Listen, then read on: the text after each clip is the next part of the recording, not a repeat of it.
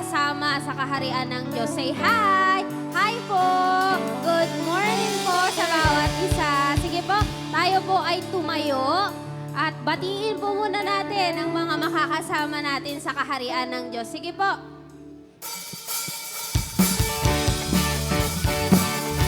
Good morning po sa bawat isa.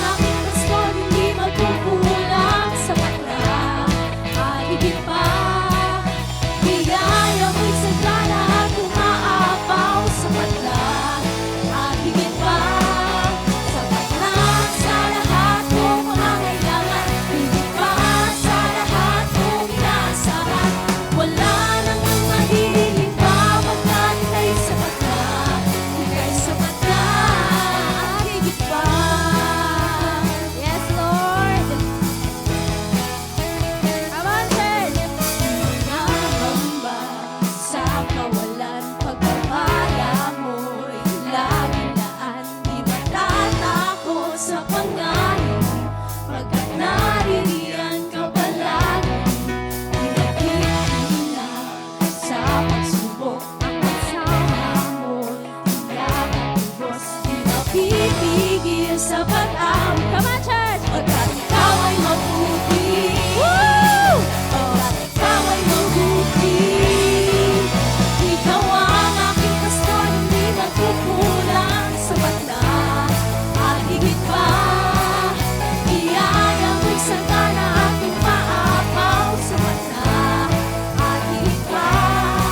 Sapat na sa lahat kong pangangailangan. Pag sa lahat kong inaasahan. Wala nang mahiling pa. Pagkat ika'y sapat na. Ika'y sapat na.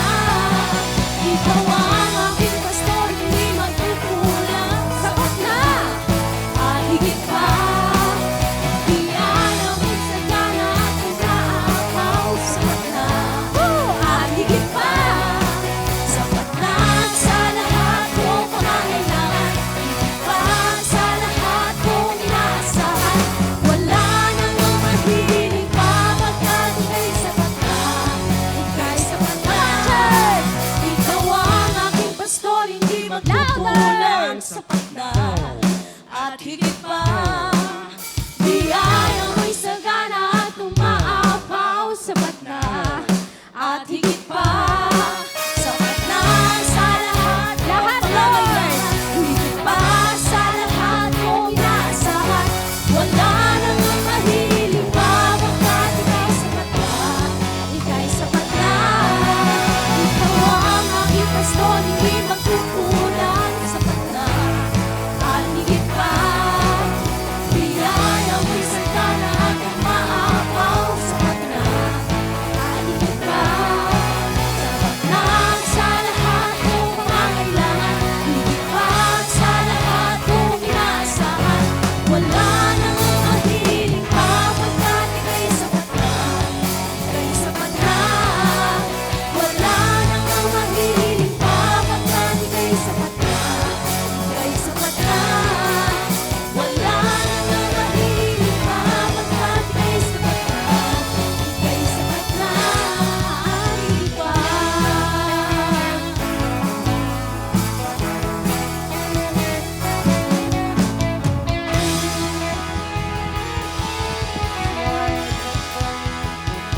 Kay sarap umawit, Panginoon, sa'yo, Lord God. At nais naming namnamin ang mensahe mo sa awit na to. Ikaw ang aking pastol, hindi nagkukulang. Sapat na at higit pa. Yes, Lord. Biyaya mo'y sagana at umaapaw. Sapat na at higit pa. Sapat na sa lahat kong pangangailangan. Higit pa sa lahat kong inaasahan. Wala nang mahihiling pa. Pagkat ika'y sapat na. Ika'y sapat na. Wala nang mahihiling pa. Pagkat ika'y sapat na. Yes, Lord. Ika'y sapat na. Wala nang mahihiling pa. Pagkat ika'y sapat na. Ika'y sapat na. At higit pa.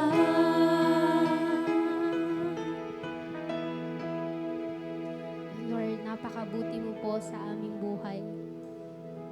At we declare, Panginoon, na wala na po kaming ibang hahanapin pa kundi ikaw lamang, Lord God. Lord, napakagulo na ng aming mundo, Panginoon. Samot-sari na ang nangyayari, Lord God.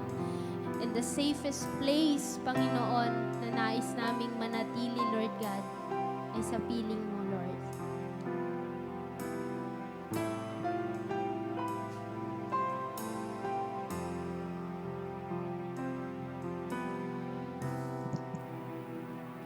Kapayapaan nagmumula sa inyo.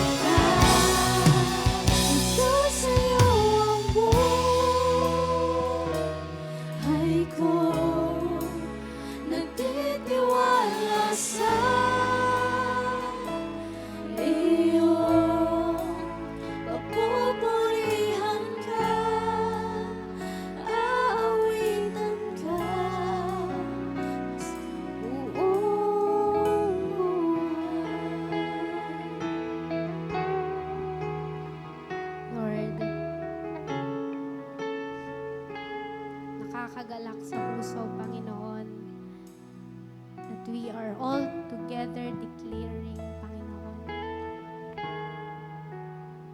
na Ikaw ang lahat sa aming buhay, Lord God. Lord, I know you can hear the voices of your people, Lord God, singing to you, declaring, Lord God, na ang mga buhay namin ay sa'yo, Lord God. Lord, it's all yours. Lord, ibinibigay namin sa'yo lahat ng aming mga dalangin, ng aming mga puso, ng aming mga lakas. Lord, ibinibigay na namin sa'yo lahat ng aming mga hinanakit, problema, paghihirap. At Lord, we pray na palitan mo ito ng joy, ng peace na nanggagaling sa iyo, Panginoon, ng assurance, Lord God, na kami, Panginoon, ay hindi mo pababayaan, na hindi mo tatalikuran, Lord God. Lord, we know that you're giving us the blessing of a peaceful heart, Panginoon, when we give it all to you, Lord God. Sa iyo, Panginoon, ang lahat ng papuri. Sa iyo, Panginoon, ang lahat ng aming pagsamba. Sa iyo, Lord God, ang lahat ng aming mga boses. Sa iyo, Lord God, ang lahat ng aming puso. Sa iyo, Lord God, ang lahat-lahat sa amin, Lord God, sapagkat ikaw ang may likha ng lahat, Panginoon. And we are just giving back, Panginoon, the glory, the honor, and the praise in the mighty name of Jesus. Amen and amen.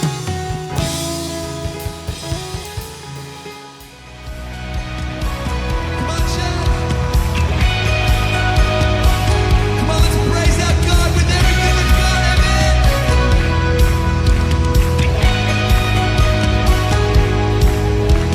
Ready at the line, looking out.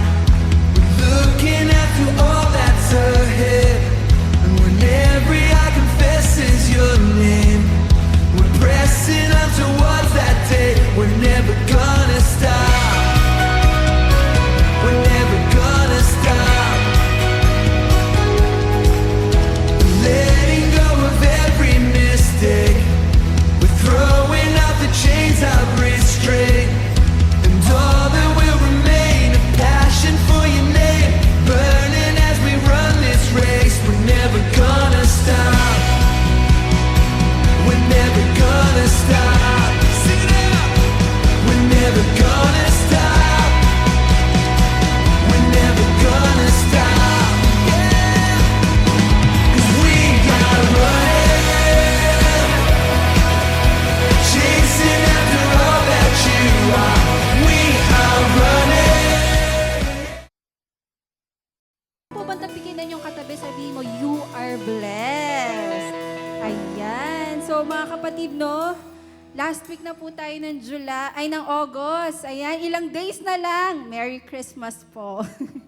Pero ayun.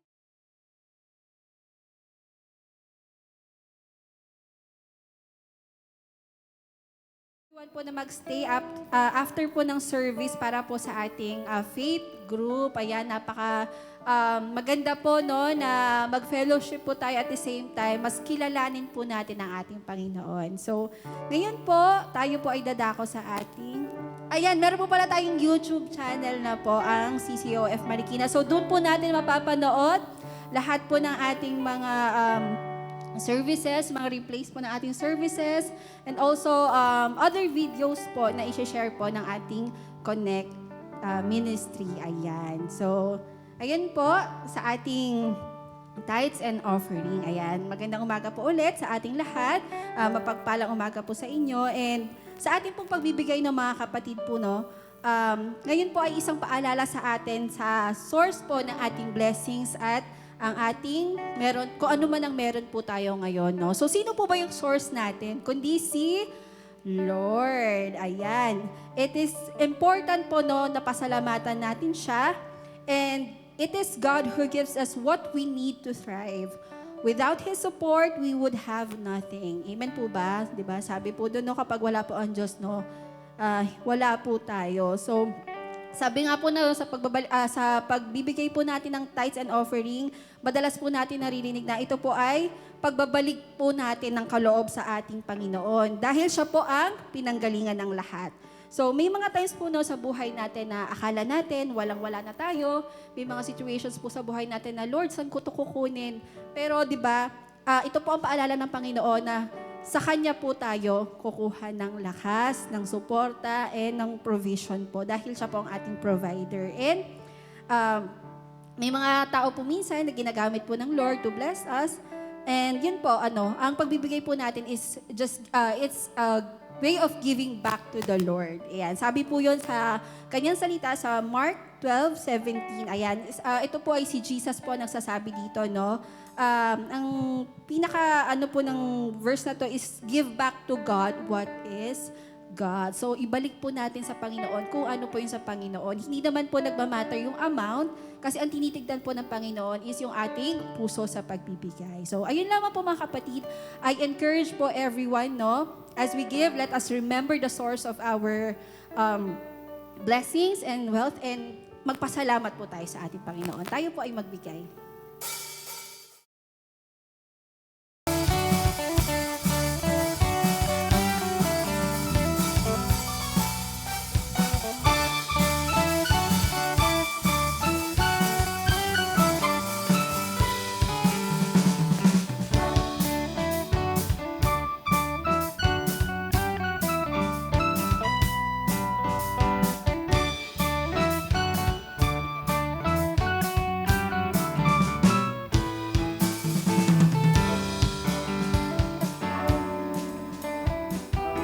Hallelujah. Sige po mga kapatid, atin po ituon ang ating kamay. And let's pray for this kaloob, yung mga offerings po natin sa Panginoon. Heavenly Father, we worship you. We magnify you today, Lord God. Ikaw po ang siyang maitaas sa oras na ito, Panginoon. At pinasasalamatan ka po namin sa lahat, Lord God, ng kabutihan niyo sa aming buhay, sa pagpapala na mga natatanggap namin sa araw-araw, Lord God, sa pag-iingat niyo sa amin, Lord God.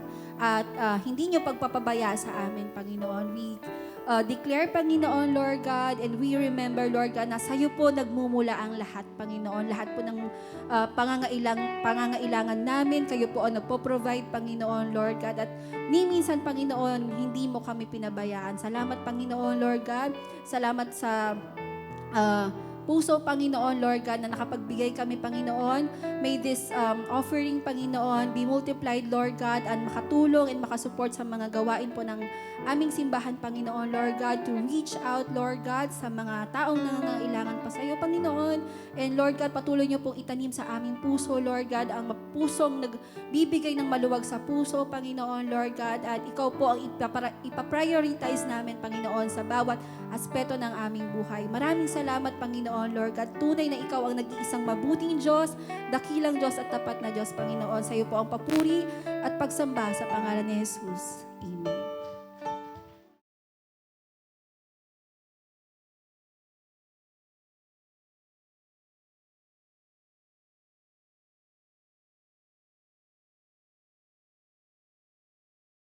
Ang inyong mga katabi, mga nasa likod, nasa harap nyo po.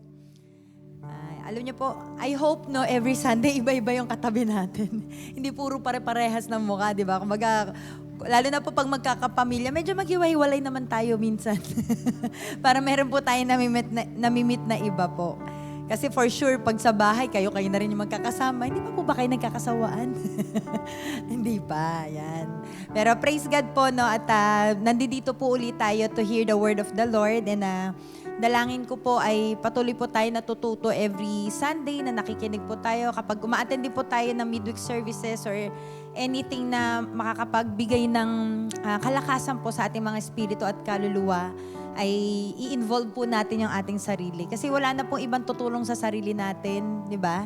Kundi tayo lang po eh. Tayo mismo po. Kahit katulad nga po, di ba, nung last time, nung nagkaroon ng pandemic, walang magpupush sa'yo kundi sarili mo lang. So, we have to work on it. Kaya ngayon po, na nakakapag-held na po ulit tayo ng mga services, i-take po natin yung opportunity na makilala po natin yung bawat isa. Yun po yung isa sa nagustuhan ko dito sa ating church po, no, na we are family-oriented. Kaya po yung turingan po natin, hindi tayo leader, tapos member, kundi po kapamilya na po yung tawag natin sa bawat isa. Amen po ba? Di ba? We are so blessed to be in the house of the Lord. Ayan. So ngayong umaga po, may ikukwento po muna ako. Sisimulan ko po ito sa isang kwento. Hindi po kwentong barbero. Ayan. So meron pong dalawang palaka. Wait lang po Ayan. May dalawa pong magkaibigan na palaka. Yung isa po ay medyo malusog na palaka at yung isa naman po ay maliit na palaka. So they have been friends for a long time. At mahilig po silang maghap, mahilig silang tumalon-talon kasi yun yung nature ng palaka, di ba? Talon ng talon po. So one time nagkaroon sila ng accidentally, kakatalon po nila ay na-shoot sila or nahulog po sila sa isang bowl or pit of fresh milk, na kung saan, alam naman po natin na hindi po sila lumalangoy sa gatas, kundi sa tubig talaga sila lumalangoy.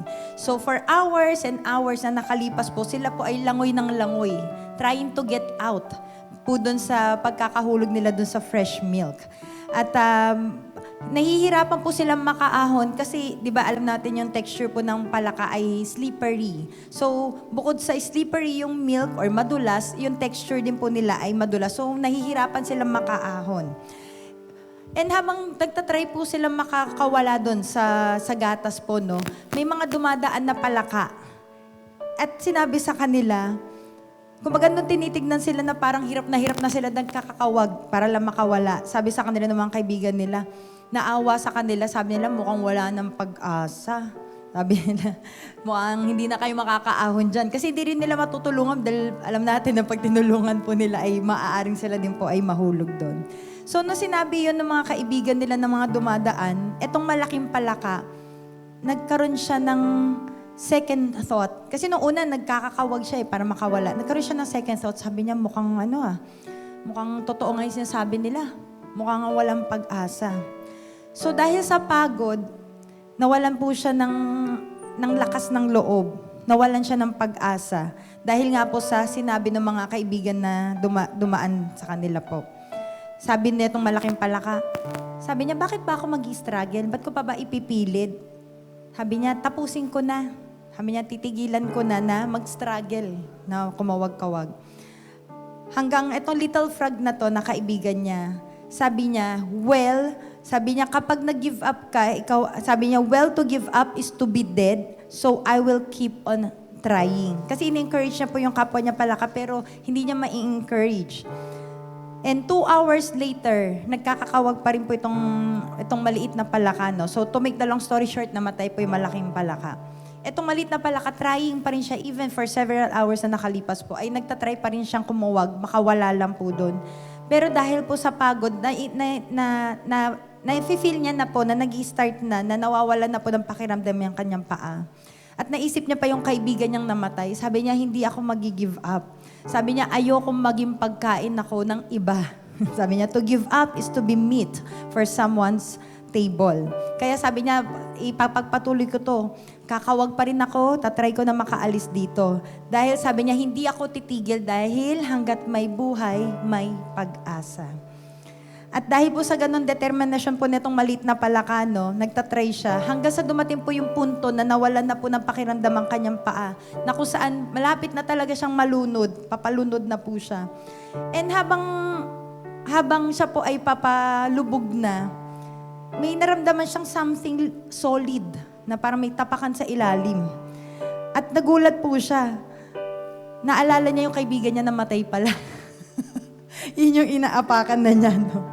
And syempre, yun po yung naging advantage niya para siya po ay successfully makakawala po doon sa pagkakahulog niya sa gatas. At yun nga po, no, nagkaroon siya ng kalayaan na. So, makita po natin, no, ano yung lesson netong story na to na sinabi ko po. Unang-una, ano sabi ng palaka? Never give up. Diba? Never give up. Never give up. Ayan, sabi ng palaka, wag daw tayong susuko. At ano yung sinabi niya na alam natin, when there is life, hanggat may buhay, merong pag-asa. Di ba po? And makikita din po natin sa istorya na yun na kung paano po maka-apekto yung discouragement sa buhay natin. Grabe, yung pwede niyang maging epekto po sa buhay natin. Na the moment na ma-hear or marinig po natin yung mga discouraging words from other people, ay meron po tayong option. Either ikatutwa po natin yon or hindi natin tanggapin or papasukin po natin yan sa ating isipan at puso. At babaguhin po nito yung ating takbo ng buhay. Kaya ngayong umaga na to po, no, ito po yung ating title ng message po natin, The Anchor or The Anchor of Our Soul. Kaya po tayo po muna manalangin. Panginoon, patuloy kami nagpapasalamat sa another day that we can hear your word freely. Salamat, Lord, dahil sa bansa namin, Lord, ay malaya kami makakilos. Malaya na makakilos ka rin po sa aming mga buhay, O God. So we just allow you to move in our midst, to move in our hearts, in our minds, na ito pong maririnig namin, Lord, ay hindi lang po mga kwento, but real life stories na kung saan yung salita mo yung patuloy na mangunguna, yung salita mo yung patuloy na magka-captivate sa aming mga puso, that your word will continue to speak to us, O God. Not just right now, Lord, but every time that na kami po mismo ay nakakaramdam ng pagod, ng panghihina, O God. And ganun din po sa mga tao na nakakasalamuhan namin. Lord, I pray, Lord God, that as we hear your word, ay patuloy na papalakasin niyo po kami. Patuloy na, ito po yung i-meditate namin sa aming mga buhay. Patuloy na madakila kayo sa aming mga buhay, Panginoon. At patuloy na lumalim yung aming relasyon sa inyo as we hear your word today. We thank you, Lord. In Jesus' name we pray. Amen. Amen. So, ngayon po, no, this month of August, we're still in the series of, natatandaan niyo po ba?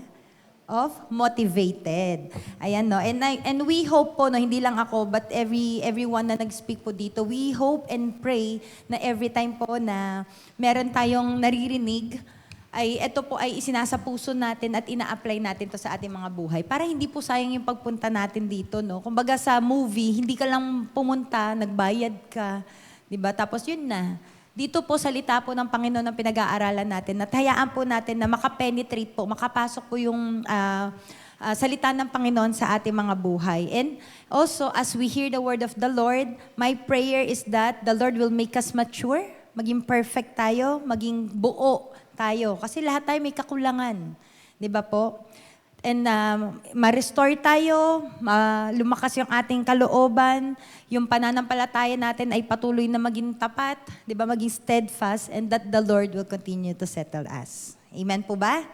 Amen. Ayan. So nauna na po yung slide ko, no? Ayan. Sino po nakakilala dito po? Di ba? Lahat tayo kilala natin yan. Ayan. So sino po dito naka-experience na mag-join or sumali po sa game, contest, or isa man niyang battle? Diba? Nakakasali na tayo dyan eh. Nakikipagtunggali tayo sa mga estudyante, diba? Minsan sa loob ng school or I think si Kuya Eran, inter-school, diba? Nagkakaroon tayo ng competition with other, sa school nga po, or kung saan man po yung field kahit sa trabaho nyo po. At ito po, isa po siya sa mga famous boxer po that we know is si Manny Pacquiao. Alam po natin na pagpapasok po tayo in any field, mapa-sportsman yan, or whatever field po yung napapasukin natin na game, or contest man yan, or battle po, ay napaka-importante po na alam po natin kung ano yung pinapasok natin. Diba? Kung magjo-join ka ng swimming competition, tapos hindi ka naman marunong lumangoy, ayaw mo mag-swimming lesson, alam mo na, sa simula pa lang matatalo ka na. Pero ito po mga player po natin, mga ganitong field po ay inaaral nila, inaalam nila yung mga ganyang bagay. Katulad po ni Manny Pacquiao po, no, siya po ay nag-undergo ng comprehensive training at discipline. Kasama po dyan yung pagkain, yung technicalities, even yung mental coordination niya po, no, yung alertness of mind. Kasi alam natin na ang boxing po ay hindi yan yung laro-laro lang na parang suntok ka lang ng suntok. Diba? Meron niyang strategy, meron niyang tamang timing, may tamang atake po. And syempre, dapat alam din po natin yung rules of the game or sports.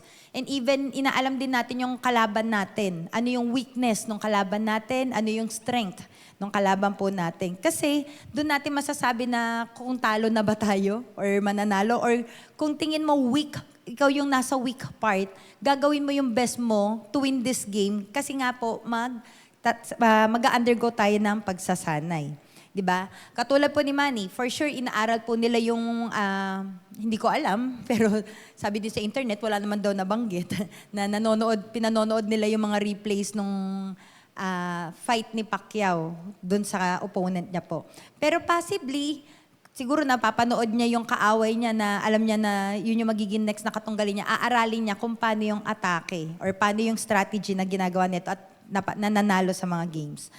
Bakit po? Bakit kailangan malaman? Bakit kailangan aralin? Kasi po, kapag hindi niya inaral yung schemes or gawi or movement ng kanyang kaaway po, lahat po ng effort niya, lahat ng sacrifices niya po ay mapupunta lang sa wala.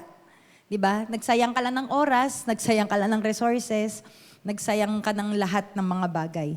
Kaya po kailangan inaalam po natin. And it is also the same thing sa ating spiritual na buhay po, no? Minsan may mga bagay po na hindi natin maunawaan bakit natin pinagdaraanan to. And there are times din po na hindi na natin inaalam. Kasi minsan talaga hindi natin hindi natin kayang arukin or alamin kung ano yung pamamaraan, ano yung gawi ng Panginoon. But we can only, sino po dito yung gusto manalo sa buhay natin na to? 'Di ba? Tunanggap na natin ng Panginoon, ayaw natin na forever na mabuhay tayo na defeated. Tama po ba? 'Di ba? Sayang lang tinanggap mo na si Jesus. 'Di ba? Pagtagumpayan na natin tong mga battle na meron po tayo.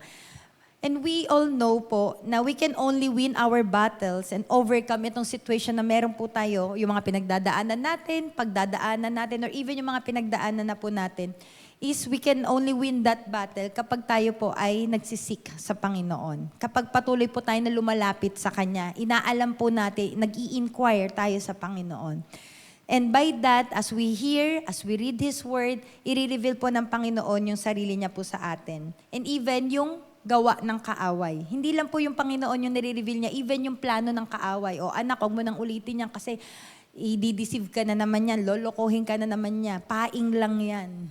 Ayan po, no? And syempre, the Lord will show us the way on how to overcome our life's battle.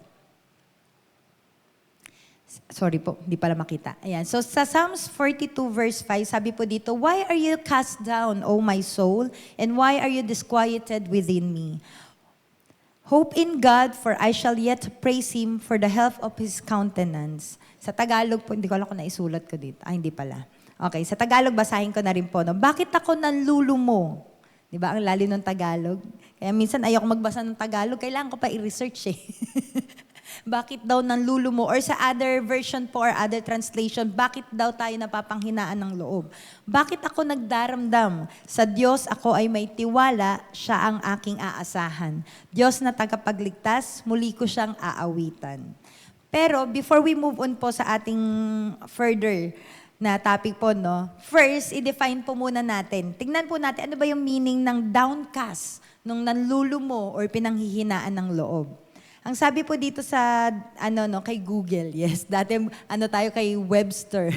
Pero since nauso na ang gadgets, doon na tayo kay Google. Sabi po kay Google na po, ang ibig sabihin po nun ay literally, you are looking downward. Diba? Meron po ba kayo nakita malungkot na kaganon? Diba madalas pag malungkot, makita mo yung mukha niya, yung smile niya, diba smile pataas, pero pag malungkot, pababa yung itsura ng bibig. And also yung countenance, hindi po aura ha, countenance po. Ayan. Even yung mukha po is looking downward. Yun po yung ibig sabihin ng downcast. Coming from the word down, di ba? Sa baba daw po nakatingin. Ano pa po yung mga synonymous words po nito? Unhappy, hindi masaya, walang pag-asa, or halos pawala na or wala na yung pag-asa. Dispirited, gloomy, di ba? Pag sinabi sa'yo, sister, glooming ka. Pag glooming, ibig sabihin madilim.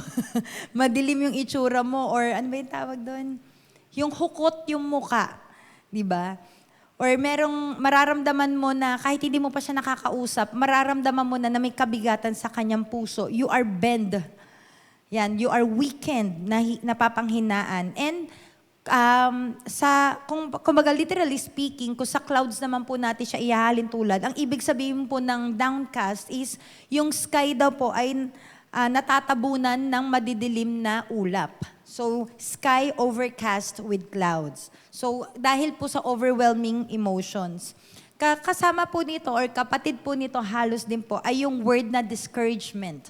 Sino na po dito nakaramdam or naka-experience naman discouraged? Ay, walang umaamin. Ayun. Salamat po sa mga tatlong honest. Tatlong honest. Ayan. So, discouragement. Discouragement, halos ganun din po. No? You are losing hope. You are losing courage.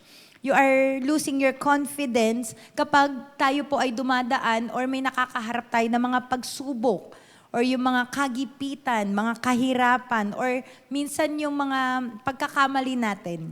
Di ba? Minsan yun yung nagkakos sa atin po kung bakit tayo nadi-discourage. Ito po ay isang emotion. Emotional state na kung saan kapag hindi po natin na-handle ito ay maaari pong mag-lead sa atin na yung series po natin, maging demotivated. Di ba? And syempre bilang tao po, bilang Kristiyano, ayaw po natin na ma-stuck or mag-stay na demotivated po tayo. Ang discouragement po ay para po siyang isang damit eh. Pwede mo siyang suotin, pwede mo siyang hubarin. We have the option, katulad po doon sa palaka, di ba? Sabi ng malaking palaka, parang bakit pa ako mag-i-struggle? Bakit ko pa pahihirapan? Bakit ko pa papagurin yung sarili ko? Eh pwede naman na ako mag-quit. Di ba? Choice niya po yun. Di ba? Pero bakit yung maliit na palaka nag-go? Di ba? Kahit pagod na siya, hirap siya, it's because of meron siyang hope pa po. Ayan. So, ganun din po si Satan sa buhay natin, no? Ang discouragement po ay we have to acknowledge na ang discouragement po ay hindi po nanggagaling sa Panginoon. Ito po ay galing kay Satan. At yan po ay ini-inflict niya sa atin. Kumbaga sa araw, niya tayo pinapana niya tayo isa-isa para tayo po ay ma-discourage. Isa po yan na weapon niya for us na ma-pull down niya po. Bakit po? Kasi alam niya na kapag na-demotivated na ang isang tao, discouraged na po ay isang tao, hindi ka nakikilos. Ayon sa gusto ng Panginoon sa buhay natin. Ano daw po yung tactic or strategy ng enemy sa John 10:10? Hindi po yung nagbabago. To steal, kill, and destroy. Pero si Jesus, ano po yung gusto niya sa atin? To give us life and have it in full or abundant life. Si Satan po gusto niya nakawin yung joy, yung peace na binigay sa atin ng Panginoon when we came to know the Lord as our Lord and Savior. Kaya po ngayong umaga na to, titignan po natin yung buhay ni David po, no, na kung saan he is called a man after God's own heart. Na kung saan marami po sa buhay niya na pangyayari po, na kung saan siya po ay napanghinaan ng loob, nanlumo po siya all throughout or in his life po, no.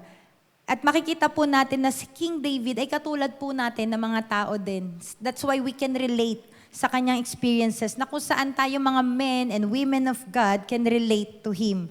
Kasama po tayo mga pastor, leaders, ministers of God, everyone, and even yung mga tumanggap na sa Panginoon, ay makikita po natin kung ano po yung matinding effect ng discouragement na kahit mataas po or meron kang matinding pananampalataya, pero once na ikaw po ay nalihis or ikaw po ay nag-struggle sa discouragement or downcast, ay ito po ay malaking pull down sa atin po.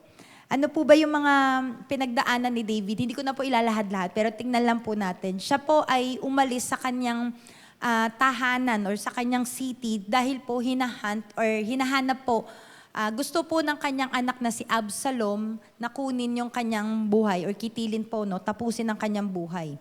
So si David po ay isa po siyang king, so people come to him for counsels. So ano po ginawa ng anak niyang si Absalom? Nandun po sa gate. Sabi niya, huwag ka na magpa-counsel doon. Di ba? Parang busy si pastor, sa akin ka na lang. Ano yun, sis? Ano yun, bro? Tapos, ang gagawin ni Absalom, sisiraan niya yung tatay niya. Kasi gusto niya pong umangat sa trono. Gusto niya siya po yung maging king. So, ito po actually, ay isa po ito sa naging consequence po nung time na si David po, nung time na siya po ay nagkasala. Di ba? Nakita po natin na nag-commit po siya ng adultery kay Bathsheba. Dahil isa po sa mga soldiers niya po, no, sa militar, ay yun po yung asawa po ni Uriah. At ito po ay nag-commit po siya ng adultery with Bathsheba. Kaya po, bilang consequence of his sin, all his life, ay hahantingin po siya ng murder. Dahil nga po pinamurder niya po si Uriah para makuha niya po si Bathsheba legally. Ayan po. Ano pa po? Yung Ziklag po na land of Philistines po ay ito po yung naging tahanan po ni David na kung saan dito po siya nag-build ng army. Dito niya po trinain yung mga army niya later on, no? Nung siya po ay nag-escape from King Saul. Kasi si King Saul, gusto rin po patayin siya dahil po sa inggit naman ito. Kumbaga, David was just doing his duty with excellence, pero kinainggitan po siya ni King Saul.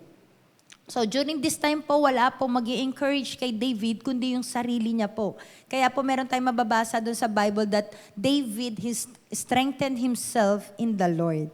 So ganun din po minsan sa buhay natin. Minsan hindi natin ma-share sa kapwa natin, or minsan inaalaw ng Lord na tanggalin yung attachment natin sa mga tao for us to trust in Him alone. Kaya po minsan may mga times na parang ano ba to, Lord, nagpa-counsel ako sa pastor ko, wala naman na ibigay na maayos. O kaya nagpa-counsel ako sa leader ko or dito kay sister, kay brother, wala rin silang naibigay na something na maa-uplift yung pakiramdam ko. And that's the time po na tayo po ay kailangan maging aware and tayo po ay matuto na i-motivate po natin yung sarili natin. Hindi lang po positive words, di ba? Kundi the word of the Lord will continue to strengthen us po. So there was no one to encourage David but himself.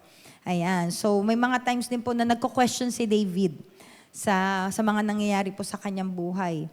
Ano pa po, yung namatay po yung kanyang anak na si Absalom. Kahit po matindi yung ginawa sa kanya ng anak niya si Absalom, kahit nagrebelde po sa kanya itong anak niya, ay nagkaroon pa rin po siya ng grieving moment dito nung ito po ay namatay. So he was heartbroken by Absalom's death.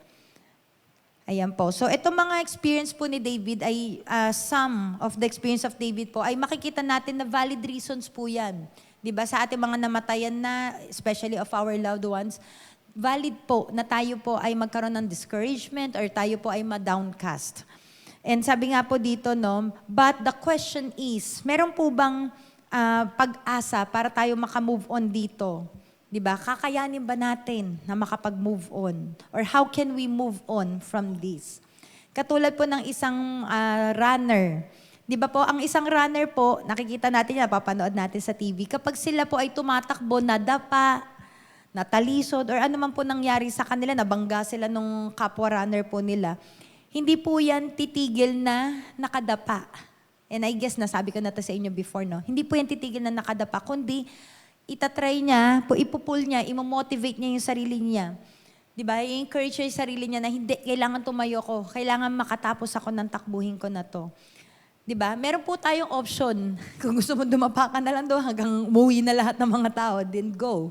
Pero, most likely, ang isang runner po ay pipilitin niya makatayo kahit iika-ika yan. Marami tayong nakikita niyan, di ba? May mga friends sila na kapwa-runner na nakatapos na, ipupul sila, aakayin. So kahit ano-ano sila, iika-ika sila, or iika-ika yung isang runner, ay tutulungan po nila. Or sabi ko nga po sa inyo kanina, or we have the option to get stuck or be defeated for the rest of our lives. So kailangan po talaga na natututo po tayo i-motivate yung sarili natin for us to move forward. Kasi necessary po ito. Kinakailangan po ito sa buhay natin. Hindi tayo pwede lagi mag-dwell sa past. Ay, nagkamali na naman ako, failure na naman ako. Diba? Nagkasala na naman ako. Hindi po tayo pwede lang gano'n. Life goes on and we have to move forward. Kaya po tayo na-discourage. Ano po yung mga reason? When things go out, di ba, kapag out of our control. Kasi gusto natin yung mga bagay, hindi, kailangan control ko to. Di ba, sa finances ko, sa trabaho ko, sa lahat ng aspect ng buhay natin, gusto natin may control po tayo. Pero nagkakaroon tayo ng discouragement, especially sa mga OC dyan, di ba? Obsessive compulsive. Di ba, yung tsinelas, hindi pwedeng may naka-forward, kailangan pantay-pantay. Kasi pag may naka-forward dyan or nawawala isa, nai-stress ka na. Di ba na sa iba na nagiging discouragement po or whatever na pwede mag-cause sa atin ng stress po, no? Ano pa po yung unmet expectation? Kaya po nauso yung expectation versus reality. Di ba? It should not be surprising for us kasi hindi lahat talaga na expectation natin nangyayari in reality. Di ba? Kunyari, if you are a good person and then may nakasalamuha ka na tao na disrespectful or pa rude sumagot or very harsh, you cannot expect them to be like you. 'Di ba? Ganun talaga eh. Hindi mo pwede sabihin, ay bakit ako, mabait ako eh, very sweet ako, very gentle. 'Di ba? Pag magsalita, dapat ikaw din. 'Di ba? Hindi natin pwedeng i-expect yun sa mga tao kasi iba-iba po tayo. Ano pa po, yung mga failure and setbacks na kung saan powerful trigger daw po ito na kung saan yung effort po natin after giving everything dito sa project na to or sa ginagawa natin ay biglang nagkaroon nagkaroon ng sudden change. You begin to be discouraged and question yourself, worth it kaya na nag-spend ako ng time? Worth it kaya? Diba? Lalo na po pag paulit-ulit yung mali natin. Parang napapanghinaan na tayo ng loob na ayoko na mag-continue. Baka magkamali na naman ako. Mapapagalitan na naman ako ng boss ko or ng teacher ko.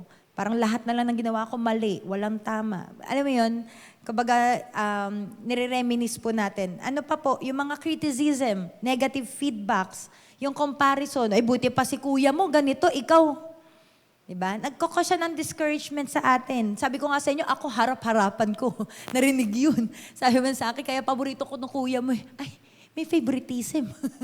Diba? Nakaka-discourage yun kasi ikaw trying to be good, trying to give your best, pero ang nanonotice, ibang tao, or yung kapatid mo, or anyone from your family, especially kapag sa family, no? Please, huwag po natin gagawin yan, yung favoritism or comparison. Ayan po. Ano pa po? Yun nga po, no? It gives us the easy way na mag-give up po tayo. Katulad nung malaking palaka kanina. Di ba sabi niya, bakit ko papahirapan? Give up na. Ayan. So ano pa po?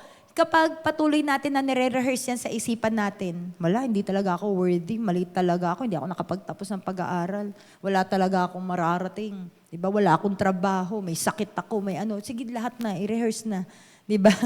Ano pa po, yung fatigue. Pansinin niyo po ang tao, pag pagod na pagod, physically, hawa po ang mental niyan, hawa ang emotion. Biruin mo lang, di ba? Biruin may sabihin ka lang, grabe ka naman. Di ba? Ang bilis ma-offend. Kasi nga po pagod physically eh. Dama yan mentally, emotionally. Kaya po pag pagod kayo, magsabi na po kayo, sabi mo pagod ako, wag mo muna akong biruin. Di ba? Kasi baka ma-offend ako. Kami po ni PL, si PL po kasi matindi yan mga asar. So kapag good mood ako mga asaran kami. Pero pag nararamdaman ko ng sukdulan na yung pang-aasar niya, nararamdaman ko na malapit na ma-offend. Sabihin ko, tigil na tayo. Sabi ko kasi baka ma-offend mo na ako. Masasaktan ako. Ayan. So, nagbibigay na ako ng warning sa kanya na tama na. Tama na yung biroan natin. Baka ma-offend mo na ako sa susunod.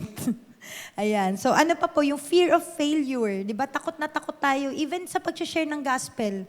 Di ba? Ayaw natin na ma-reject tayo. Kasi pag na-reject tayo, it can give us or it will make us discouraged. Di ba? Parang hindi tumanggap sa Lord. Samantalang si brother, di pa nagsasalita, 10 na nakakilala sa Di ba? Ako, kanina pa ako salita ng salita, hindi pa rin siya nakakilala sa Lord. Di ba? Kumbaga marami tayong mga fears, rejections, na kung saan po yung discouragement nga po is a natural response for us kasi nagko-conflict yung desire and realities or expectation versus realities nga po, no? And makikita po natin that something has to change. Yung expectation natin has to be changed. Yung approach, possible kasi na posible naman yan, kaya lang baka yung approach or the way we do it. Or even our mindset. Diba? Sabi ko nga po sa inyo, kunyari pag-share ng gospel. Diba? I-mindset mo na, isipin mo na i-reject ka niyan. So kapag nag-share ka ng gospel at nireject ka, hindi siya malaking sa'yo malaking tama. Diba? Kumbaga hindi siya malaking suntok sa'yo kasi alam mo na i-reject nila si Lord. I-reject nila yung salvation na in-offer. Pero kapag lagi ka nandun sa, hindi, pag nag-share ako, makakakilala to. hindi nakakilala. O di-discourage ka tuloy ngayon. Okay? Okay, so basahin po natin dito, no? Sa Psalms 42 verses 4 to 11, when I remember these things, I pour out my soul within me, for I used to go with a multitude. I went with them to the house of God with a voice of joy and praise, with a multitude that kept a pilgrim feast. And binasa natin kanina, why are you cast down, O my soul, and why are you disquieted within me? Hope in God, for I shall yet praise Him for the help of His countenance. O my God, my soul is cast down within me, therefore I will remember you from the land of the Jordan, and from the heights of Hermon, from the hill Mizar. Verse 7, Deep calls unto deep at the noise of your waterfalls. All your waves and billows have gone over me. The Lord will command His loving kindness in the daytime, and in the night His song shall be with me, a prayer to the God of my life. Verse 9, I will say to God, my rock, why have you forgotten me? Why do I go mourning because of the oppression of the enemy? As with a breaking of my bones, my enemies reproach me, while they say to me all day long, where is your God? Verse 11, katulad po ng verse 5, why are you cast down, O my soul, and why are you disquieted within me? Hope in God, for I shall yet praise Him, the help of my countenance. Ayan po. So itong background po ng chapter 42 po, no, dalawa po yung possibility po nito. Unang-una nung sila po ay naging bihag ng Babylonian, ng mga Babylons po, no, na kung saan yung mga Israelites po, yung mga Hudyo ay dinala sila. Dahil po sila ay na-conquer, sila po ay nasakop. Yung iba sa kanila po ay dinala sa Babylon. Kasama po doon sila Daniel and other familiar characters in the Bible na kilala po natin. Because the temple had been destroyed during those time. Kasi nga po, paulit-ulit na sila po ay hindi sumusunod sa Panginoon, so the Lord has to do something to judge them para sila po ay manumbalik sa Lord. Kasi yun lang naman lagi gusto ng Panginoon eh. He will do something, either good man yan or minsan inaalaw niya yung mga bad things to happen to us para tayo po ay bumalik or manumbalik sa Kanya. Second naman po ay ito po yung time na, possibly na ito po yung time ni David na kung saan yun nga po, no, dahil hinahunting po yung kanyang buhay ng kanyang anak na si Absalom, siya po ay umalis po doon sa kanyang kinalulugaran po. In verse 4 po, sabi dito, when I remember these things, I pour out my soul within me, for I used to go with the multitude. I went with them to the house of God with a voice of joy and praise with a multitude that kept a pilgrim feast. So, ito pong verse 4 na to, tingnan niyo po yung word na naka-red, remember. Sabi doon, pag sinabi pong remember, ibabalik mo, ire-recall mo sa yung isipan kung ano yung nangyari. Ire-recount. Be mindful. Di ba? Iisipin mo. Parang minsan tayo pag may mga nawawalang gamit, di ba? Iniisip mo, saan ba ako nagpunta? Saan ko ba ito nailapag? Diba? Kumbaga, you bring to remembrance. Kaya po sinasabi na remember. Makikita po natin dito na yung psalmist po, as he pours out his heart to God, nire-remember niya po during those good old days, na kung saan siya daw po ay nasa bahay ng Panginoon at kasama niya yung ka-churchmates niya. Diba? Parang tayo po. Diba? Magkakasama. Ito pong panahon na to, siya po ay malayo na doon sa Jerusalem, na kung saan sila po ay nag-worship. So ito po ay hindi niya na naririnig yung voice of joy and praise habang sila po ay nagse-celebrate as they enter the house of God. So makikita natin na matindi yung discouragement or yung grief, yung, ano ba Tagalog ng grief? Panaghoy or pananangis. Matindi yung effect po sa kanya noon to the point na good old days na lang po yung kanyang nire-recall. In verse 5 po, sabi dito, why are you cast down, O my soul, and why are you disquieted within me? Hope in God, for I shall yet praise Him for the help of His countenance. Alam niyo po, katulad ng sabi ko sa inyo kanina, isa po sa marks of maturity ng isang Kristiyano is we are able to handle our emotions. Diba? Iba-iba po yan eh, yung anger management, andyan yung, ito yung pinag-usapan natin, discouragement. Siguro kahit sa pinakamasayang mga tao po, ay kapag tinamaan po yan ng discouragement, yung iba po nagpapakamatay. Robin Williams, as we all know, or siguro hindi nyo alam yung iba.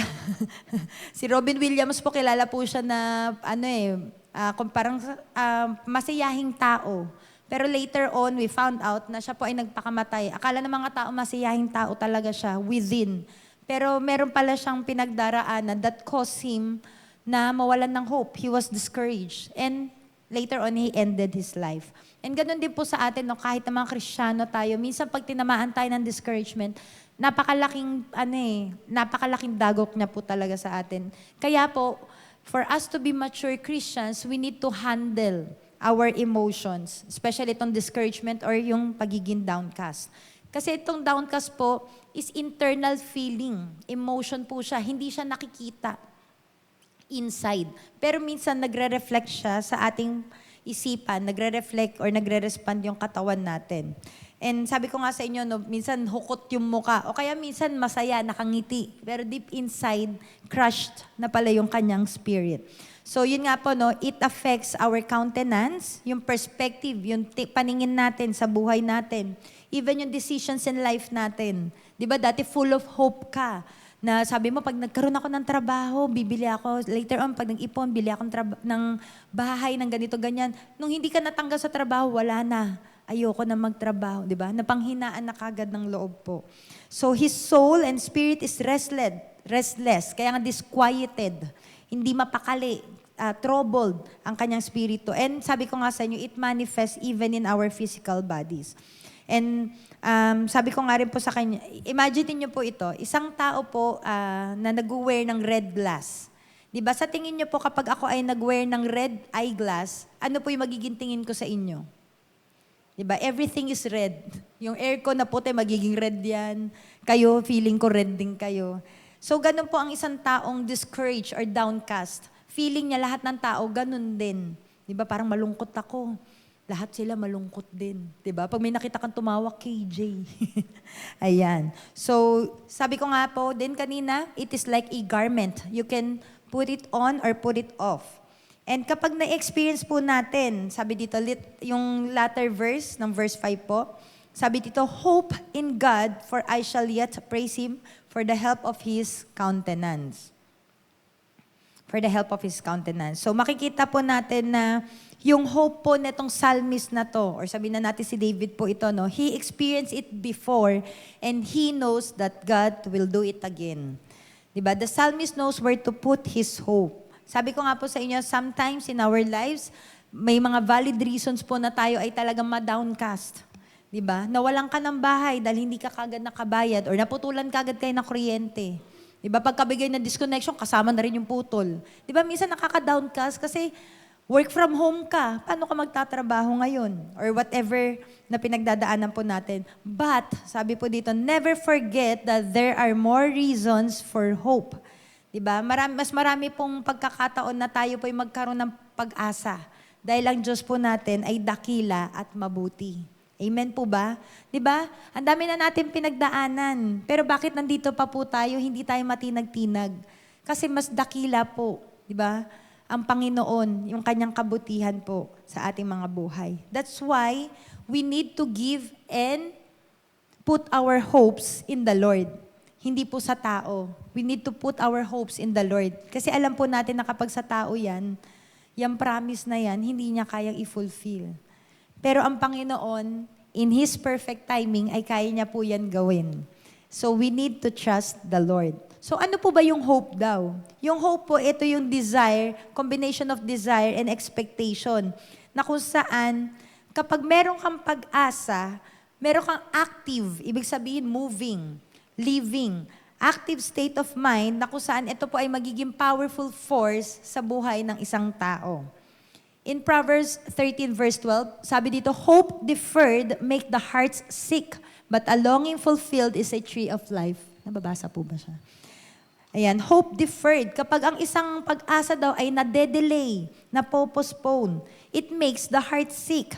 Pero ang isang dream, or goal mo na na-fulfilled is like a tree of life. Diba? Kapag meron pong delay sa ginagawa po natin, or something na ginagawa po natin and nag-gone off track po siya. Diba? Or napahinto kayo doon unexpectedly. Ano po yung nafe-feel natin? Diba most of the time pa nadidiskaril? Binigay na sa akin tong project na to eh. O kaya umpisa na ako sa business, nakapag-invest na ako ng gamit, tapos sasabihin, wag ka muna mag-start. Diba? O kaya parang, hindi nakapaghulog yung anak mo. Di ba? Galing sa ibang bansa, siya yung magsusupport sa'yo. Di ba? Kumbaga nadidiskaril ka kasi nga po, nawala siya sa alignment. Nawala siya doon sa plano natin. Kaya, nadidiscourage tayo. Napapanghinaan tayo ng loob. Nadidiskaril. Yan, ito yung narinig kong word sa nanay ko. Nadidiskaril. So, hope motivates us. Sabi nga doon, it is a powerful force. Pag sinabing force, either i-push ka or i-pull. Tama ba? Push-pull. Nagkabaliktad. Push-pull in a person's life. Na kung saan kapag ang isang tao, kapag nawalan ng pag-asa, ay magiging demotivated. Mawalan na siya ng energy, ng confidence. Di ba? Feeling niya powerless na siya. Nawala na yung direction niya. Nawala na yung vision niya. In short, para ka ng patay. Pag nawalan ka ng pag-asa. Kasi tumigil ka na mag-move eh. Kasi parang wala na. Ayoko na. Nag-give up na dahil nawalan ng pag-asa. And syempre, vice versa din naman po. Kapag meron tayong pag-asa, it is a strong desire na gagawin mo ang isang bagay even hindi po ito ina-ask sa atin. Kumbaga, very passionate ka, wala akong pakialam. Di ba? Kahit pigilan nyo ko, kahit umulan, bumagyo, papasok ako sa school. Di ba? Or ibibigay ko yung buo ko, lahat sa akin. Regardless po, kahit anong obstacle yan, kahit anong pwede maghinder sa atin. Di ba? Sa mga nanliligaw na po. Di ba?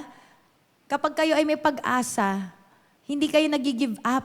Pag nakita nyo na, uy, teka, may 5 nanliligaw sa kanya plus ako. Teka lang, para mas gwapo yun na. Uy, mas mayaman yun na. Di ba? Pag gusto mo yung tao, alam mo may pag-asa ka, ilalaban mo yan. Di ba? Pero pag wala ka na pag-asa, wala na, marami naman nililigaw sa kanya, may mayaman, may pogi, may... Di ba? Wala, na-quit ka na agad. And ganun din po sa buhay natin, no? Hindi lang sa mga ganung bagay. Siyempre, kanya-kanya po tayo na pinagdadaanan. And alam niyo po, just this February, kakagraduate ko lang po sa TESDA. May kinuha po akong course from TESDA. Itong course na kinuha ko, kahit limitado yung oras ko, napakaliit lang ng oras na meron ako, sabi ko, isusulong ko talaga to. Tatapusin ko to. So, alam mo yun, ang daming katunggali, ang daming battle na pinagdaanan, even yung time management, nanay ka sa church, nanay ka sa bahay, asawa ka, minister, estudyante. Kasi nag-aaral na eh. So, merong oras na kailangan laanan. Ang daming struggle. Nag-away na nga kami ni pastor eh. Di ba? Ayan. So, even in that situation po, no, andun yung hope ko na hindi, tatapusin ko to. Hindi ko to tatapusin ng basta-basta lang. Gusto ko graduate with excellence. Kaya po yung hope na yun, yung nagpupush sa akin na hindi, kaya mo yan, matatapos mo yan, magagawa mo yan na maayos. Yun, kahit po, sabi ko nga sa inyo, kahit madaming hindrance, kahit kabi-kabilaan yan, may nanggugulo, may nangungulit, may naglalambing, kailangan po yung hope na andon. And praise God, through God's grace and hope, I was able to made it. Diba? Bakit po? Kasi ayokong dumaan or umabot doon sa punto na parang what if kaya? Kung pinagpatuloy ko to. Ayoko po. Gusto kong makakawala doon.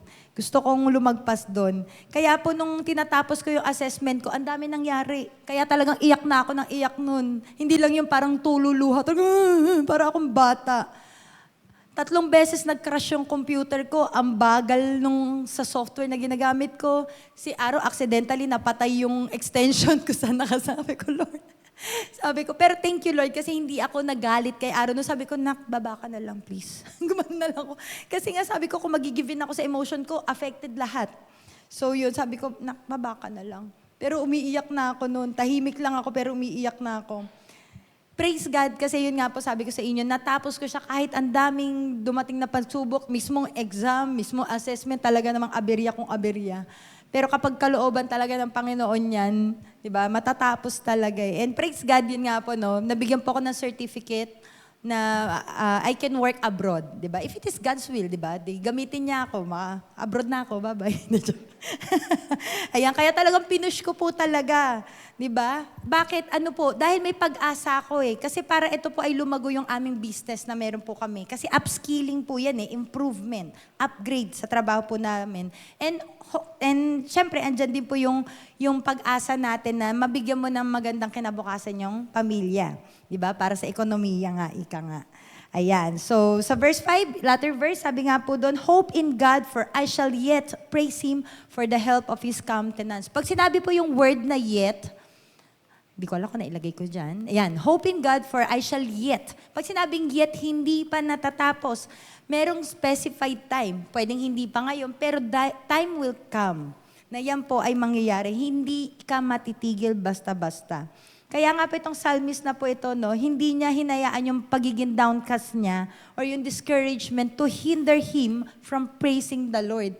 Diba? Makita niyo po, hindi siya doon nagtapos sa why are you downcast? Diba? Sabi niya sa latter verse, hope in God for I shall yet praise Him. So, hindi talaga niya hinayaan na mahinder po siya na magpuri sa Panginoon. And help, sabi ko nga sa inyo, this psalmist knows when to ask or look for help. Grasya lang talaga ng Panginoon. Kaya tayo nabubuhay. Diba? Because we entrust our lives to the Lord for His deliverance and any help that we will be needing sa ating mga buhay po.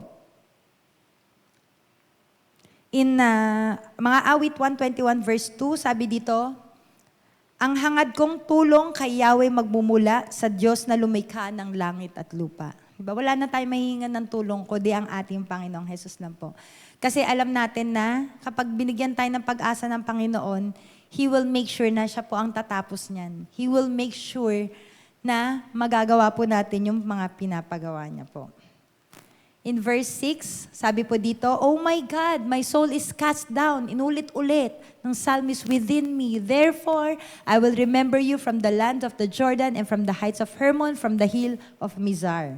So, hindi na natin siya masyadong i-elaborate, pero ititignan po natin yung word na cast down and, wala dyan yung word na remember. So, i-underline nyo na lang po yung word na remember. Katulad po nung binanggit natin kanina sa verse 4, diba? Inulit po ulit ng psalmist yung word na cast down and then yung word na remember. Hindi po dahil nagka-clamor itong psalmist na to, but he is acknowledging his emotions. Alam niyo po, meron pong time sa buhay ko na may pinagdaanan ako.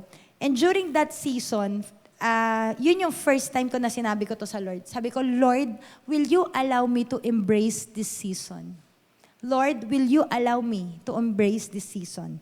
Bakit ko po nasabi yun sa Lord? Kasi gusto kong damahin siya eh. Di ba? Imo kung imo. Downcast kung downcast. Pero, on the other side, sabi ko, ayoko kasi na mag-live in regret and in denial. Kasi alam ko yung sarili ko na kapag ito dininay ko, one way or another, sa future, pag nag-reoccur yan, mahihirapan ako makabangon. So sabi ko, Lord, will you allow me to embrace this season? So, the Lord allowed me to embrace that season po. Pero alam niyo po, minsan ito yung problem natin bilang tao, bilang Kristiyano, no? Mali yung itinuro sa atin. Di ba? Sabi, ay, Christian ka na, dapat hindi ka na nakakaramdam ng ganyan, hindi ka na nade-depress, hindi ka na nag-anxiety, hindi ka na i-stress, hindi ka dapat downcast, dapat masaya ka, kasi yung Diyos nasa buhay mo, yung joy, di ba? Totoo naman po yun. But look, ito po yung attitude na napasa sa atin, no? We have been taught na isuppress yung emotion. Di ba? To deny it. Di ba? Bilang Christian, parang we feel strange na parang, ba't ako nakakaramdam ng ganito? Siguro malayo na ako sa Lord. Downcast ako eh. Di ba? Feeling mo minsan para ka ng baliw. Di ba? Or pag may namatay, dapat hindi ka umiyak. Di ba? Si David nga hindi umiyak. Di ba? Nag-fasting pa na niya. Di ba? Minsan may mga ganong moments po tayo na nasasabi natin sa sarili natin or yung expectation natin sa Kristiyano, dapat hindi ka na umiiyak. Di ba? So in turn, feeling mo strange ka, weird ka, ay dapat, hindi ako umiiyak. Ako iyak. Di ba? Matapang ako, strong ako. But guess what? John 11:35. Pwede po ba natin basahin siya na malakas? Yes. Again, louder. Naku, bawal yan. Si Jesus, bawal yan. Tumangis sa Tagalog. Umiyak ng matindi. Diba, si Jesus na po yan. He is 100% God and 100% man. Pero bakit siya umiyak? Tayong Kristiyano, bawal. Unfair. Diba? Naisip po ba natin yun? Diba? Si Jesus nga mismo nung namatay si Lazarus na BFF niya. Diba? He experienced deep emotion. He felt grief. Diba? Sadness. Deep sorrow. So bakit tayo mga Kristiyano, tayo mga tao, tinuturo, huwag kang iiyak. Diba sa mga bata, pag na halos dugo-dugo na, huwag kang iiyak, huwag kang iiyak. Yung bata, sakit na, pero pinipigilan yung iyak. Kasi nga po, ganun yung pinasa, ganun yung itinuro sa atin. Pero, these emotions are real. These emotions have to be acknowledged. Okay? So, wag tayo ma-feel strange na parang, ay, nakakaramdam ako na sadness. Di ba? Normal po yan. In verse 6 again, sabi dito, "Oh my God, my soul is cast down within me. Therefore, I will remember you from the land." Ayun, basa na natin yung kanina po, no? Inulit niya lang po. Inulit ko lang din yung pagkakabasa. Yung remember. Ibig sabihin po niya kasi malayo po siya doon sa place of worship, sa house of God. Kaya sabi niya, cast down yung soul ko. Di ba parang tayo minsan, kayo ba? Pag hindi tayo nakaka-attend ng church, nalulungkot ba kayo? Or masaya ako, yes, wala ako sa church ngayon, wala ako assignment. Di ba dapat hindi? Dapat andun yung longing natin na, Lord, gusto ko nandun sa service. Di ba? There's something wrong kapag masakay, yes, wala ako sa service ngayon. Hindi ako magpa-fake group leader ngayon. Di ba? Weird. I'll call you weird. Pero yun po eh. Di ba? Sabi doon, we have to remember what the Lord has done and we will keep on trusting the Lord that what He has done before, He will do it again. Ano man yung magandang ginawa ng Panginoon before, gagawin niya po yan ulit. In verse 7, sabi po dito, "Deep calls unto deep at the noise of your waterfalls. All your waves and billows have gone over me or have swept over me." So, ito mga pagsubok na po ito, ano po ba tunog ng, talon po ba yun, waterfalls? Diba? Waterfalls. Talon. So, ano po ba yung tunog ng waterfalls? Very noisy, very powerful. Itong tunog po ng waterfalls. At ito pong psalmist na to, kaya niya po yan nasabi, kasi naka-feel po siya na yung suffering, yung discomfort, yung downcast na nararamdaman niya po, na na-experience, is somehow permitted by the Lord. To the point na siya po ay in great distress. Kumbaga, todo-todo. Kumbaga, parang si Job, hindi pa natatapos yung isang report na may namatay, may abiryang nangyari. Meron na naman, parang teka lang. Kaya nga sabi niya dito, all your waves and billows have gone over me. Kumbaga, yung mga malalakas at malalaking alon na maiingay, ay paulit-ulit po siya na ginagambala po. So, the overwhelming trials ay to the point po na nakaka-feel na tong psalmist na to na para po siyang malulunod na. Sabi dito, has swept over me. Kumbaga parang ano ba to? Parang Lord, hindi ko na kaya. Kaya ko pa bang tumayo? But still, even in that moment, he still recognized the sovereignty and power of the Lord. Ganon din po ba tayo sa buhay natin? Diba? Na kahit marami kang pagsubok, hindi, kaya ng Lord to. Kaya ko to dahil kasama ko ang Panginoon. Or parang, hindi na, wala na, patay ang Diyos. Diba? Wak na. Diba? Hindi po. Diba? Kahit dumadaan po tayo sa pagsubok, let us not forget that God is in control. That God is all-powerful. Amen po ba? Alam po ba natin yung song na, "When the oceans rise and thunders roar, I will soar with you above the storm. Father, you are king over the flood. I will be still, know you are God." No? Sana po yung song na yun patuloy na i-remind tayo. Sino po mas malaki? Yung Diyos natin or yung thunders and storm? Diba? Ang Diyos po natin. Katulad po tayo ng agila. Every time we go through many, many trials, the Lord is able to uphold us. Diba? The Lord is able na makapag-soar high above the storm po tayo. Yun gano'n ang eagle po eh. Diba? Hindi po tayo talunan na Kristiyano. Diba? We have a powerful God. And what do we need to do? Be still and know that He is God. So wag po natin hayaan. Kumbaga, okay lang yun. Sabi ko nga sa inyo, embrace the season. Pero wag po kayo masyadong mag-dwell dyan. Wag po kayo magtatagal dyan. Kasi po, mas malaki ang Diyos natin. Diba? Instead of looking down, dahil downcast nga po, instead we should look up. Look unto Jesus, the author and the finisher of our faith. Amen po ba? Amen. Verse 8. "The Lord will command His loving kindness in the daytime, and in the night His song shall be with me, a prayer to the God of my life." Yung loving kindness ng Panginoon, no? Yung special strength, yung kalakasan ng loob, yung security natin sa Panginoon po, yan po yung magbibigay ng motivation, yan po yung magbibigay ng kalakasan sa atin, ng hope.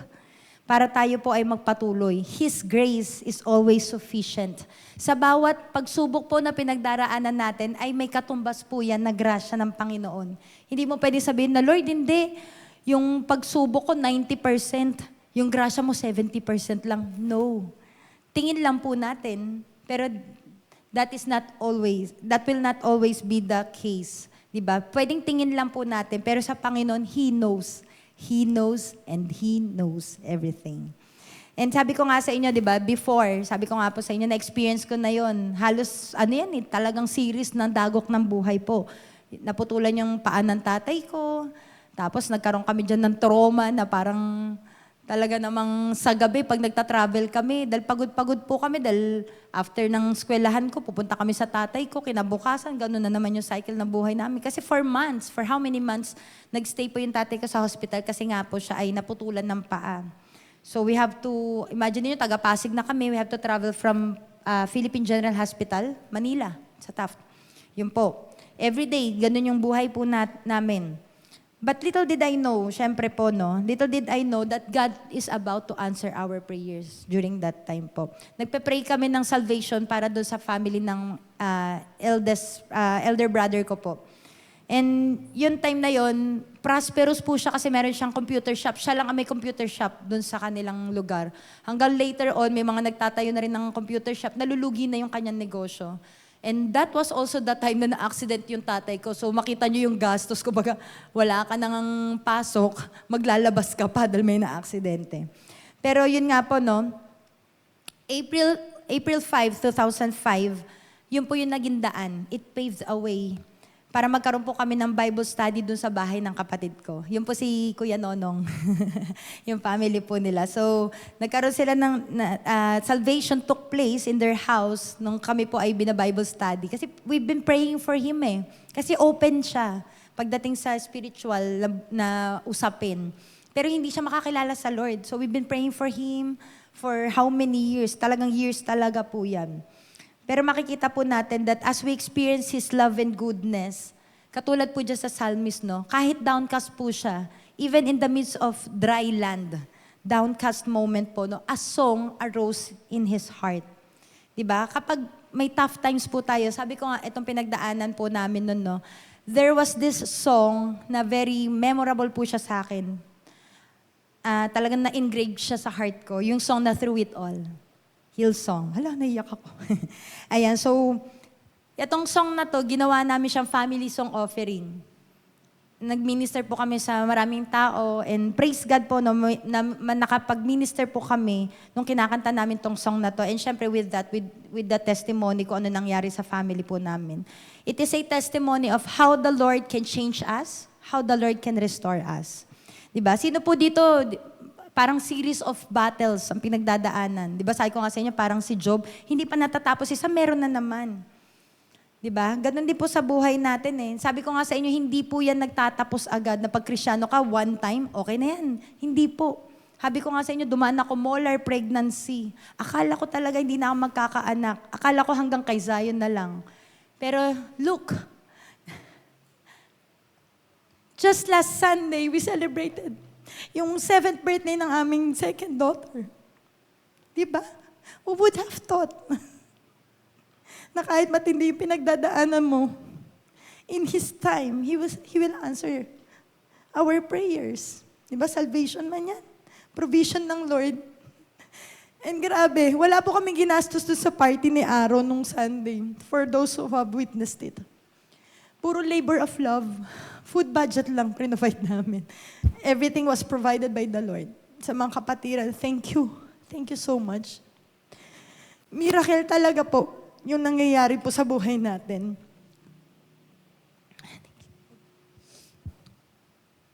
Pero sabi ko nga sa inyo, hindi pa po natatapos dun yung battle. After po nag-molar pregnancy ako, bago kami magkaroon ng second baby, that same year, nagkaroon po ako ng throat polyp. Kasi liit lang po siya ng tip ng ballpen. Tignan niyo po yung tip ng ballpen niyo. Pero wala po akong boses. Walang boses na lumalabas. Dumadating na po ako sa struggle na pagod na ako physically kasi we have to travel papuntang Manila. naghahanap kami ng doktor kasi nag-struggle na kami ni PL eh. Sabi ko, ano kaya, pa-opera na lang kaya ako para ma-restore yung voice ko. Tapos mamaya, wag na lang, antay natin yung miracle healing ng Lord. Tapos mamaya, ayan, andyan yung struggle. Parang ano ba, Lord? Hanggang, nung binabattle ko siya for how many months, God led me one night. Magpiano ka. Kanta ka lang. Sabi ko, Lord, papiano ko, kakanta ko, wala nga akong boses. Diba? Piano lang to. Pero alam mo yun, habang kumakanta ka, kahit walang boses na lumalabas, bibig ko bumubuka. That led me to a deeper worship. Siguro mga ano yun, mga ilang oras din, mga 2 hours na. Hanggang sa dumating na yung mga taga-Pasig kasi galing sila ng midweek. Oy, pastora! Gumagano sila. Ano ka dyan na? Worship ka dyan na. Sarap pa. Ganun. Bigla pong out, ewan ko, iba talaga pamamaraan ng Lord eh. Bigla akong naubo. Akala ko normal na ubo lang. Siyempre, spit out ako. Sorry. Alam niyo po, miraculously, I've been healed by the Lord in an instant. That moment. Nagkaroon ako ng voice. Na-restore siya bigla. Imagine niyo po, kung hindi ako nag-obey sa Lord na mag-worship ka sa akin, siguro baka hanggang ngayon wala pa rin akong boses. Di ba po? Pero nakita natin, dalawa po yung pinagdaanan ko. Dumaan po ako sa medical healing and the other one is a miracle healing from the Lord. Pero nakita po natin, no, there is a blessing. We will have breakthroughs if we obey the Lord. Sabi po dito sa Isaiah 54 verse 1, ito po yung ginawa ko eh. Sing, barren woman, you who never bore a child. Burst into song, shout for joy, you who were never in labor. Because more are the children of the desolate woman, than of her who has a husband, says the Lord. Sa Tagalog, sabi dyan, umawit ka, O Jerusalem, ang babaeng hindi makapag-anak. Sumigaw ka sa galak. Ikaw na hindi pa nakakaranas mga anak. Magiging mas marami ang iyong mga anak kaysa sa kanya na may asawa, sabi ni Yahweh. So nakita nyo po yun, sabi dito, kapag nag-obey tayo sa Panginoon, magkakaroon tayo ng breakthroughs. Naranasan nyo na po ba yung umiinom kayo ng napakalamig na tubig or soft drinks man yan? Nilagay nyo doon, yung glass water nyo, nilagay nyo doon or pinatong nyo po sa glass table? Ano po yung nangyayari? Kung napapansin nyo, nagkakaroon ng moist sa ilalim ng glass table. And that is breakthrough. Na-penetrate niya, na hindi siya dumadaan doon sa gitna. Kumbaga, nagkaroon ng miracle. Nagkaroon ng something happened. So, ganun po yung breakthrough sa buhay natin. And ganun po sa akin. Nagkaroon po ako ng breakthrough. That's why my voice was restored. Kasi nag-obey po sa Panginoon. Diba? Ganun din po sa buhay po natin. Kapag may sinasabi po ang Lord, we will have breakthroughs as we obey the Lord, as we continue to trust in the Lord. Kaya po yung pag-worship natin sa Lord, wag po natin siyang tignan lang as, ayun, praise and worship, 30 minutes, kantahan lang yan ang kantahan. Mamaya talon-talon, mamaya lungkot na. Diba? Hindi po siya ganun. Worship is a prayer in the form of a song. Kaya nga po nasulat yung libro po ng mga awit or psalms. Yan po ay mga kanta na nilikha ng mga sumulat po. And sabi ko nga sa inyo, during those days po, pag sinabing baog ka or barren, hindi ka nagkakaanak. You are an outcast in the society. Diba? You are cursed of God. You bring shame in the family. Pero dito po sa binasa natin, sabi dito, with singing or shouting with joy, one can experience breakthrough. Diba? We find joy, peace, and release when we break forth or when we burst forth into singing. Diba? Kapag tayo po ay sincere na nag-worship sa Panginoon, we open our mouths. Kaya kumanta po tayo. Mag-worship po tayo sa Lord. Wala nag-worship ng... Diba? Buka po natin yung bibig natin. We have to sing. We have to open our mouths. Kahit na po hindi natin nafe-feel. Diba minsan ganun, parang hindi ko feel ngayon eh. Downcast ako eh. Diba? Eh yung songs, joyful song, hindi ka makarelate, parang ganun ang datingan. But we have to obey the Lord. Sabi dyan sa Isaiah 54:1, diba? Then breakthrough comes. Breakthrough comes. Bakit po? Because worship is never about us. Worship is all about the Lord. Diba? Na kung saan sinusurrender po natin yung buhay natin sa Kanya. Na kung saan nagkakaroon po ng divine exchange. Diba? We trade our heavy heart, we trade our hopelessness, our fears, our doubts, every negative emotions or anything that nagiging dark cloud over us. And the Lord, in Matthew 11:28 to 30, hindi ko na po nilagay dyan, very familiar tayo. Kapag binigay po natin lahat ng pasanin natin ng heavy burden sa Panginoon, papalitan niya yun ng lighter. Diba? The Lord will give us peace. The Lord will give us joy. Hope. Diba? That's why we never allow the enemy to stop us. We never allow the enemy to defeat us. Kaya nga po sa atin mamaya pag-usapan na lang niyo po ito sa inyong mga faith groups, no?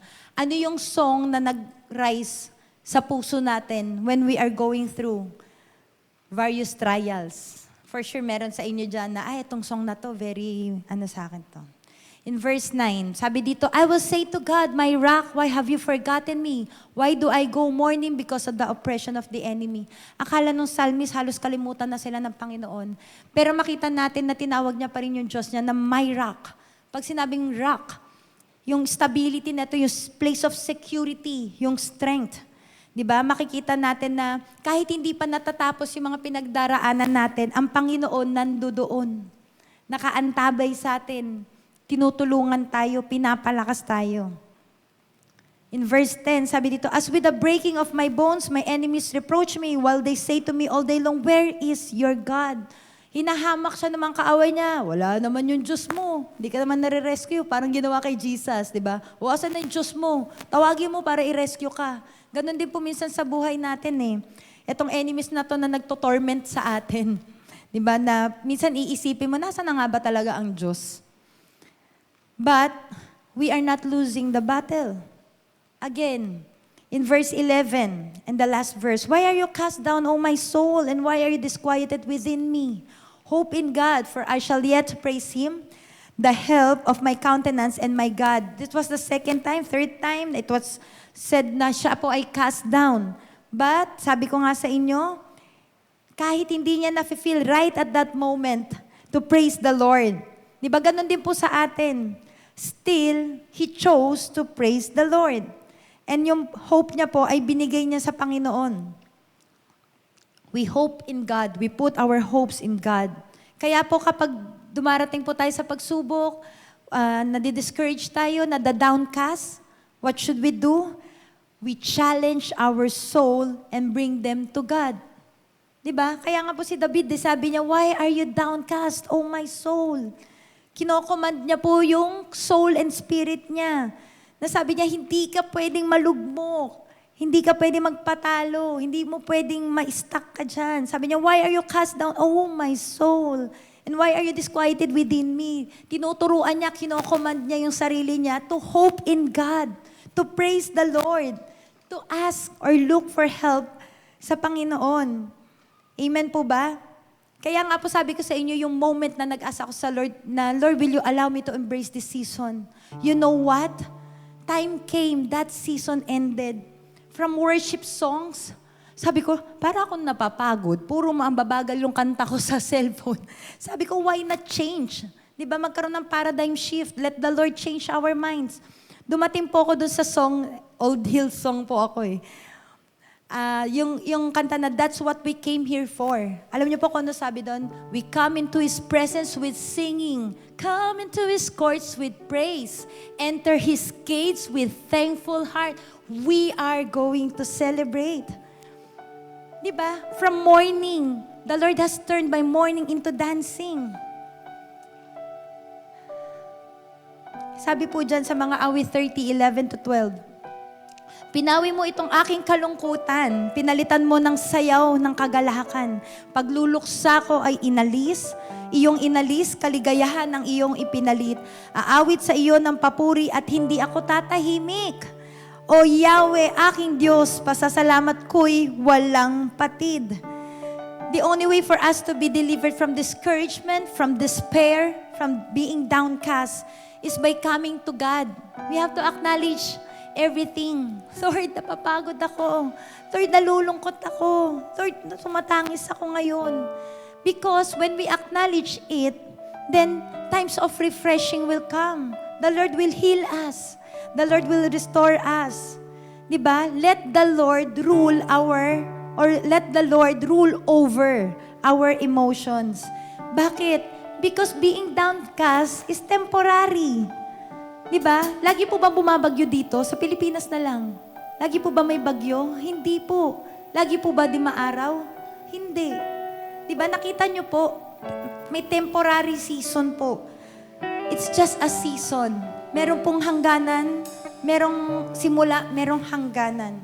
Kaya po, let us always remember that God is the God of every season in our lives. Kaya po, as we sing this song, yakapin po natin every lyrics of this song. And as we allow this song to minister to us, hayaan po natin yung puso natin. Let us command our soul, di ba? To worship, to praise the Lord, for He is worthy of all our praises. And by that, healing comes, breakthrough comes from the Lord. Amen po ba? So let us rise up and let us sing this song.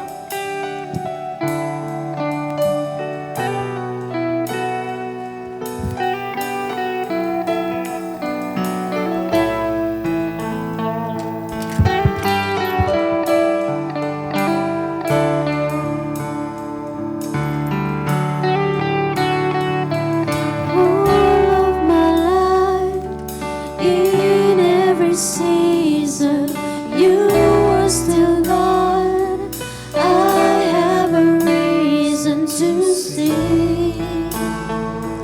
I have a reason to worship. All of my life, in every season, you are still God. I have a reason to sing. I have a reason to worship. All of my life, in every season, you are still God. I have a reason to sing. I have a reason to worship. Yes, Lord.